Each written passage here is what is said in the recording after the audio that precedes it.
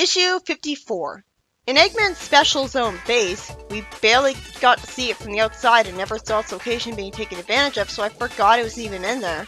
Grimer tells him that he's created a Super Trooper robot that's been fed so much info about Sonic that he'll be able to outthink him, supposedly.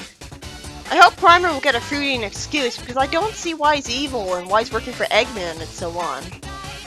He cleverly names the robot Predicto. I thought it would just be called a Super Trooper. And Predicto figures that Sonic should be in Mushroom Valley, the prototype name for Mushroom Hill. Couldn't Eggman and Grimer have figured that out themselves? Maybe they're just testing him.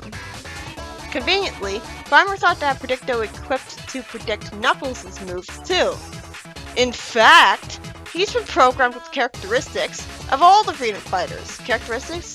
Wouldn't that mean he'd have their goodness because of having the personality traits? Grimer was surprisingly smart with this, since he's not immediately turning against Robotnik for having Sonic's characteristics. Sonic complains that he doesn't know why he agreed to come to Mushroom Valley because he wants action, characteristically. And he's called impatient and reminded that they need to talk to Knuckles to try to get him to join them. Sonic has the pride to say they've done fine until now and calls Knuckles an overrated dirt-digging loser. Amy asks him if he's jealous of Knuckles as she's trying to rationalize away him insulting someone. And then I guess Predicto, being a robot, is programmed to think of himself as a something since he bothers to try to correct Sonic on saying that someone's here, when he might as well be right. The robot attacks him, predicting his spin attack, and when Tails asks the angry Sonic if he's okay, he gets the reply, "Not one word, Pixel Brain, not one." Why? What would you do to him? Predicto grabs Tails using a mushroom to make him land on it because he expected him to attack him from above, and Sonic decides to insult Tails when that wasn't his fault, saying, "Why can't I get good staff these days?" I had the biggest smile on my face. That was amusing. He's a jerk, but he's at least hilarious if you detach yourself from how rude he's really being. I mean, the robot, it doesn't exactly take a rocket scientist to figure out that, oh, Sonic's gonna hit me with a spin attack and Tails is gonna attack from above. Go figure. Predicto predicts that Johnny and Porker will attack him from behind and throw a mushroom at them. Again, I don't see why just Predicto would figure this, since even the least bit of battle intelligence would have all this be a no-brainer. Then he zaps Amy for trying to defend Sonic and makes sure Sonic will run into a tree. Then Predicto suspects that a local inhabitant might attempt a sneak attack because Knuckles hasn't been seen yet, and his paranoia pays off as he pulls Knuckles out of the ground. He throws Knuckles to the ground and holds something heavy, and then he's surprised when Sonic just admits that he can predict every move he'd make and that he can't beat him. This confuses Predicto a great deal because it's not in his character profile to surrender. And for no logical reason, the confusion causes steam to blow out of both sides of his head and he blows up.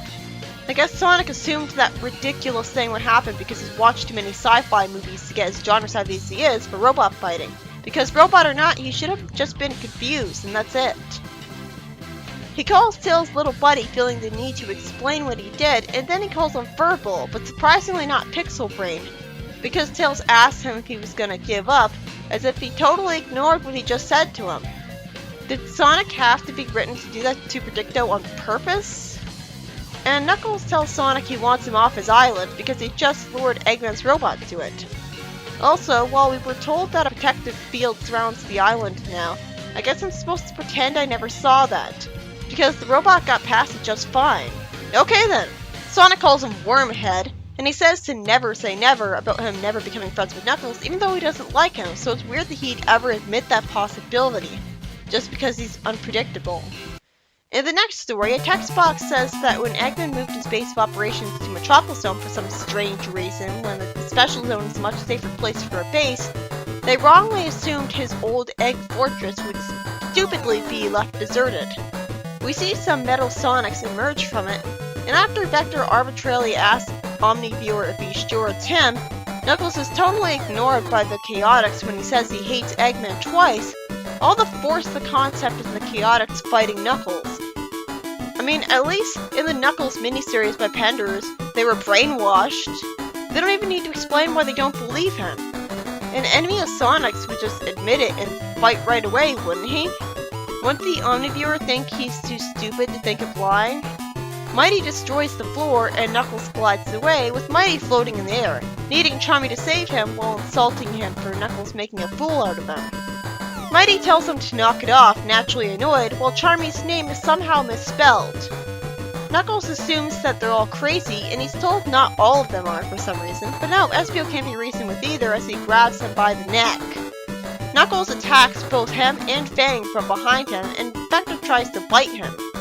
He punches him, and then Omniviewer conveniently decides just now, not way earlier, to check Knuckles' story, and learns that he was just duped by Eggman. Why didn't he know this earlier if he could get access to that information from another dimension entirely?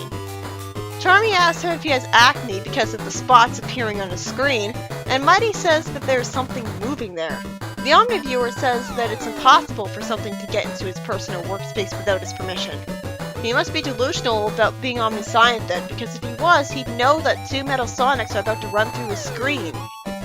The first story was by Lou Stringer, and was about a robot named Predicto being smart enough fighting against Sonic and his friends because of info downloaded into him about them. Which you'd think would be downloaded into every robot, you'd think that it wouldn't be that hard to do, only to inexplicably blow up because he was confused by Sonic doing the opposite of what he'd expect, giving up. I'm sure it was convenient that he was made that sloppily. It was pretty fun seeing Predicto do so well in the fight though, being very genre savvy. And the second story was by Nigel Kitching, and had Knuckles' explanation that he's against Eggman now be totally ignored by the Chaotix out of paranoia, forcing them to try to hurt him, wasting some time, until finally the Omniviewer discovers he's not lying. Makes me wonder why he didn't know that a lot earlier then. Also, I see Charmy's characterization here is just as trash as it is in Heroes and Shadow. I see teases his friends that haven't ditched him by now for some strange reason. No matter how self-righteous they are about being heroes, you'd think they'd have snapped by now.